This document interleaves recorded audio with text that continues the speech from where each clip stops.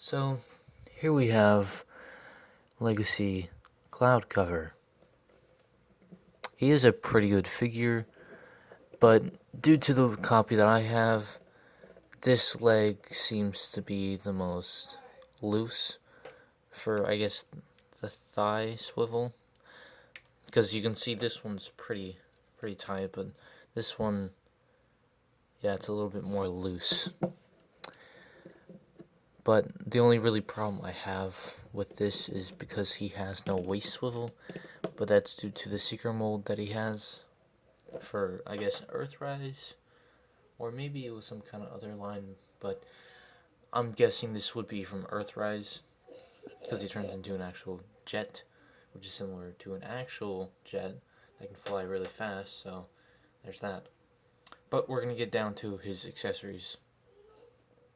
So I know quite a few people that are not going to like this, but I guess I can also include the no rays as accessories. Yes, words. But yeah, I think they actually should stay on Seekers instead of them being used as handheld weapons. But you can take them off and kind of make it like some kind of pistol, but it's got a long barrel, so I guess that would be a sniper. But uh yeah, just keep the no rays on your Seekers. Let's get into his articulation. So for his articulation, his head can do a 360, but it's a little bit tight to do that, and I don't want to stress the plastic. He can look up that far, and he can look down that far. His arms can go out that far. He has full rotating shoulders, even though the no rays get in the way a little bit. His his arm can swivel there. He can do over 90-degree bend. His wrist can go all the way out, but that's mostly due to transformation. But you can kind of use a little bit of this to make it kind of look like a curl in the arm. So there's that. If you move up the crotch plate here, his legs can go out that far, and yeah, barely not even back. That's a little bit disappointing. He has a thigh swivel, which mine is very loose. The other one is not, though. Uh, you do kind of have to hold in this panel to get the knee. It goes up to 90, but due to the mold it's using, I'm guessing it's Earthrise, it can't really go all the way up, so it's kind of like that. Uh, he has actually pretty good ankle articulation if I can get it working. They can pretty much go out that far. The toes can be articulated, but they mostly just go down, they don't go up. And that's pretty much his articulation, because you can't really move this up to get further motion for the back of the leg, so yeah, his articulation's sort of limited. And these knee tabs don't like stinging. I don't like that. But that's his articulation. So we're going to get into size comparisons. So for size comparisons, I'm going to be starting off with the Seekers, even though I only have two for right now. But here we have War for Cybertron Sparkless Seeker, but I call him Spark, but you can call him whatever you want. And here we have Legacy Jaxus. And I hate that these yellow. It sucks. And now for Legacy Galvatron. He scales pretty good with him, which I like, because I like when my Decepticons scale well with each other. And, you know, just for the fun of it, here we have Legacy Kickback. He's a pretty good figure. I might do a review on him. But after doing those size comparisons, we're going to get into his transformation. So, first we want to take off the null rays, and we're going to take his arm here.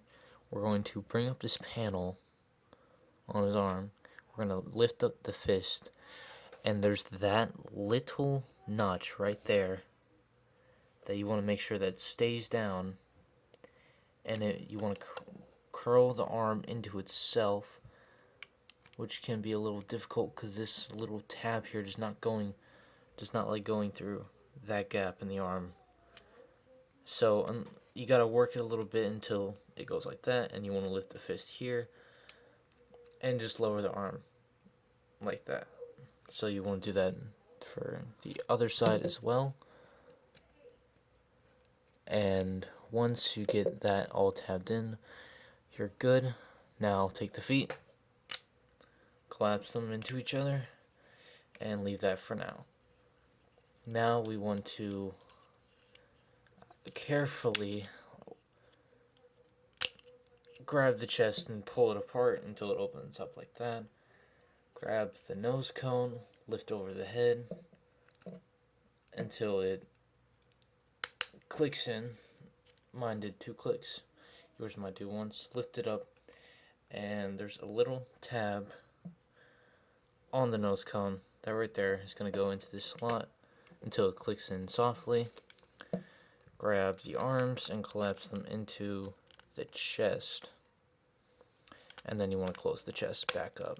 There's these little notches that clip over the side. You want to make sure those are fully in there. Now take these flaps, fold them out, fold down the panel, and make sure this lines up with the coloring. Now take the feet. There's 2 notches that'll intersect each other, and you want to connect those together. Fold out the wings, disengage the pads holding the knees together, collapse the feet down. There's little tabs down here that'll go into the back of the legs. There's little slots back there, and make sure everything is lined up. Collapse the little flaps there. And finally, grab the null rays, take the white port, put it onto the back of the arm, or I guess near the elbow. You want to make sure those go in.